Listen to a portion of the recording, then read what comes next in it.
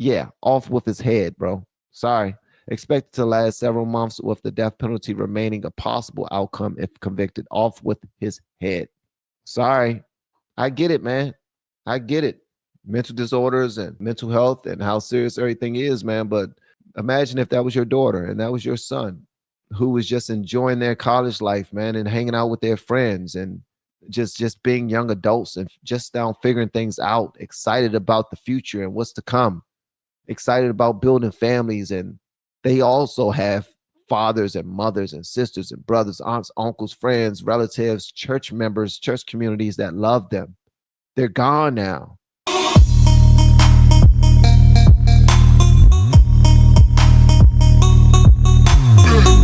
Judge issued key rulings in the case last night, including on the 911 call from the surviving roommate.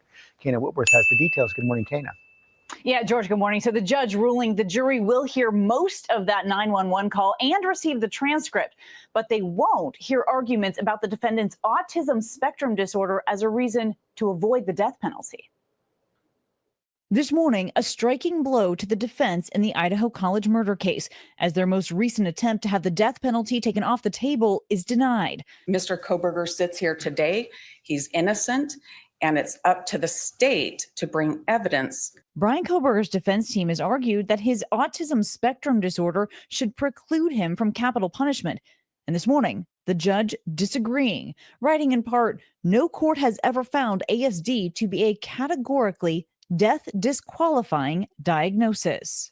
The judge also citing the defendant's IQ, which is in the 90th percentile for his age, and his 4.0 GPA when receiving his master's degree in criminal justice. The judge has found because his diagnosis does not affect his intellectual capacity, he can still be subject to the death penalty. Kohberger, whose defense team says is innocent, has been charged with the 2022 murders of Kaylee Gonzalez, Madison Mogan, Ethan Chapin, and Xana Kernodle, and the latest filing from the judge providing new details about when Xana's body was discovered. The judge citing grand jury testimony from a surviving roommate stating that when her friends were called over the morning after the murders, one of them went to the second floor to grab a kitchen knife. When he came back out, the surviving roommate saw Xana again for a split second, and I just started bawling. The roommate testified that I thought maybe she was still just drunk and all asleep on the floor. And at 11:55, that surviving roommate is heard pleading with the 911 dispatcher. Something happened in our house. We don't know what. Kohberger's defense had argued that call shouldn't be played during the trial, but this morning, the judge ruling most of it can be, along with the surviving roommates' texts to each other and their attempts to reach the victims. The redaction that the judge is going to do to ensure that hearsay is excluded and redacted from what the jury hears, they will also make sure that it is complete enough for the jurors to understand the portions that are left. Now, the judge also allowing prosecutors to call several expert witnesses to the stand during trial, and that includes 2 members of the FBI to discuss cell phone records and a change in spending habits, as well as a supervisor at Amazon. All right. So here's the thing. So some people are asking, is this an old story? All right. So the story is back in 2022 is when the murders happened. So somebody went inside of one of the homes that's on campus. It's a home that's off campus of Idaho College, right? And a lot of kids was in there. It was like 4 or 5 children in there, young people in there, young adults in there. And somebody just went in there and started to hack them up. And apparently it was this guy that we're talking about, and they're trying to have him released off of him having Asperger's, him being autistic. They're trying to release that. And then there's like, no, you killed 4 people, bro. I don't care if your IQ is extremely high or if you got a 4.0.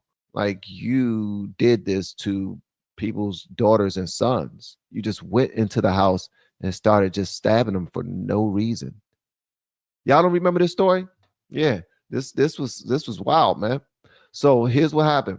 So the defense team requests to remove the death penalty. That's what this is all about. If convicted of the November 22 murders, right? So the judge ruled that ASD does not qualify as an intellectual disability under the law that would exempt Kohberger from, and his name is Brian Kohberger, from the death penalty, stating there's no national consensus or legal precedent to categorically disqualify ASD from capital punishment. All right, so that's just where we are. ASD is autism spectrum disorder. All right, so that's where we are with this right here. So this story, yeah, is from 2022, but this new ruling is from yesterday. The new ruling is from yesterday, where they just simply letting people know, yo, autism spectrum disorder is not a disqualifier of the capital punishment at all. Hitler allowed the prosecution to present the bulk of a 911 call made by surviving roommates the morning after the murders, as well as text messages between the roommates with some redactions to describe their observations and actions during the critical hours following the stabbings. All right. The judge noted Brian Kohlberger's high intellectual functioning, citing his 90th percentile IQ and 4.0 GPA in his master's program in typical social behaviors, as presented by defense experts, to counter arguments that his ASD should mitigate the death penalty. Kohlberger, charged with 4 counts of first-degree murder and 1 count of burglary for the deaths of Kaylee, Madison, Zana, and Ethan. He murdered 4 people and faces a trial starting. His trial starts August 11th, 2025. So he's been arrested for, they've had him for 2 years now. And they're trying to figure out if he's going to receive the death penalty or if it's going to be something else.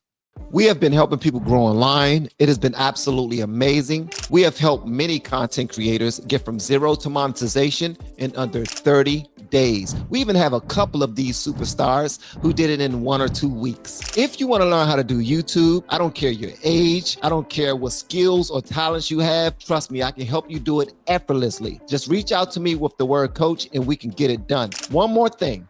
We have a YouTube course that I just now created. I'm extremely proud of, and a lot of people are getting so much from. Purchase that course and work with us. You can join our private Facebook group and our daily group calls, which is 3 to 5 days per week, and you can learn so much more than you've ever learned before. I can't wait to hear from you. Love you. Peace. Yeah, off with his head, bro. Sorry.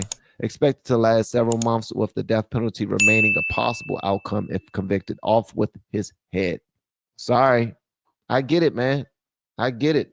Mental disorders and mental health and how serious everything is, man. But imagine if that was your daughter and that was your son, who was just enjoying their college life, man, and hanging out with their friends and just being young adults and just now figuring things out, excited about the future and what's to come, excited about building families. And they also have fathers and mothers and sisters and brothers, aunts, uncles, friends, relatives, church members, church communities that love them. They're gone now. And now we're talking about whether or not this person should face the same what you call it, the same fate that he gave to those 4 young individuals. There's nothing to think about. Did he commit the crime? Okay. All right. Cool. Get him up out of here. It's that simple for me. Maybe that makes me cold. I don't know. Maybe that makes me a cold-hearted guy. I'm not sure.